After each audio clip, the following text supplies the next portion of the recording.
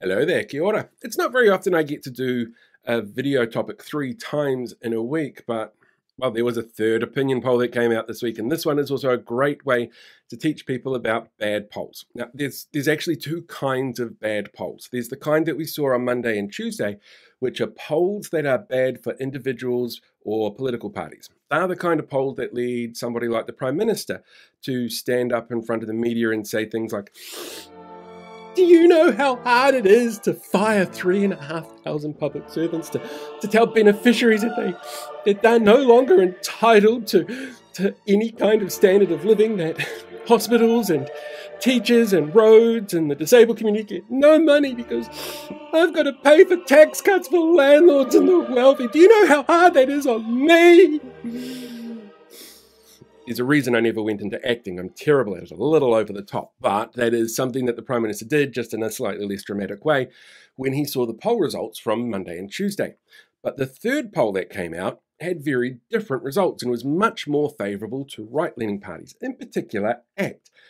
And that's kind of where the first warning bell goes off. You see, when it comes to the Roy Morgan poll, there's a number of issues that crop up, and while there might be some really loud, obnoxious voices in right-wing online spaces like Twitter complaining about how mainstream media is choosing to ignore the Roy Morgan poll because of their bias, there are other factors that come into play on this, the least of which is that those people are fucking idiots who really don't understand anything and probably shouldn't be allowed to communicate with people in a public space, but I'm not in charge of Twitter. Anyway, a couple of the issues that crop up with the Roy Morgan poll are really, really problematic. For a start, there's actually a regulatory body that's in charge of monitoring political polling, and there are certain organisations that have got authorisation from them to go and do what they do. And that's because they meet certain criteria around the accuracy that they use, how they try and make sure there's no unintentional bias that comes into the way they deal with things, how they weight their information, how they make sure the details are accurate, all of those kind of things. Roy Morgan is not part of that particular group. But when it comes to presenting news on mainstream media, well, one of the things they have to do as mainstream media outlets is ensure what they're saying is technically accurate. And if this organisation that is there to regulate the accuracy of information isn't willing to regulate this piece of information, the news is going to have a bit of trouble saying, well, this is accurate. The other thing that crops up as a bit of a problem on this particular poll is the time frame. See, as we've said many times, Simon even said it on One News on Monday night, an opinion poll is a moment in time.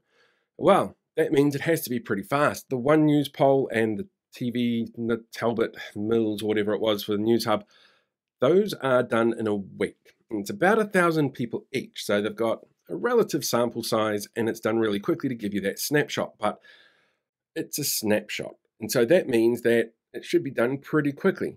The poll done by Roy Morgan, not so quick. It actually started at the start of the last week of March and went all the way through to Anzac Day. It was about a 4.5-week process.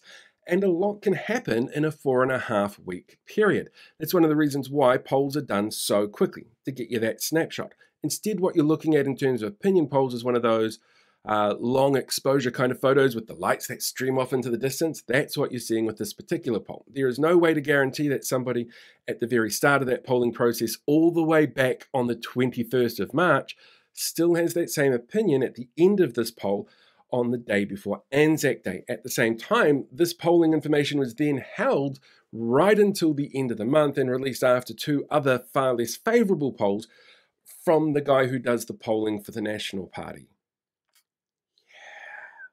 So there's a whole bunch of issues with that particular poll. Now, I'm going to still add it into my data, but I'm going to put it in where it fell chronologically. And even then, well, it still shows those same trends of the National Party falling and the left-wing parties increasing, except for that one blip now on ACT, which is, I mean, we all know it's ridiculous, but that's the polling game, I guess.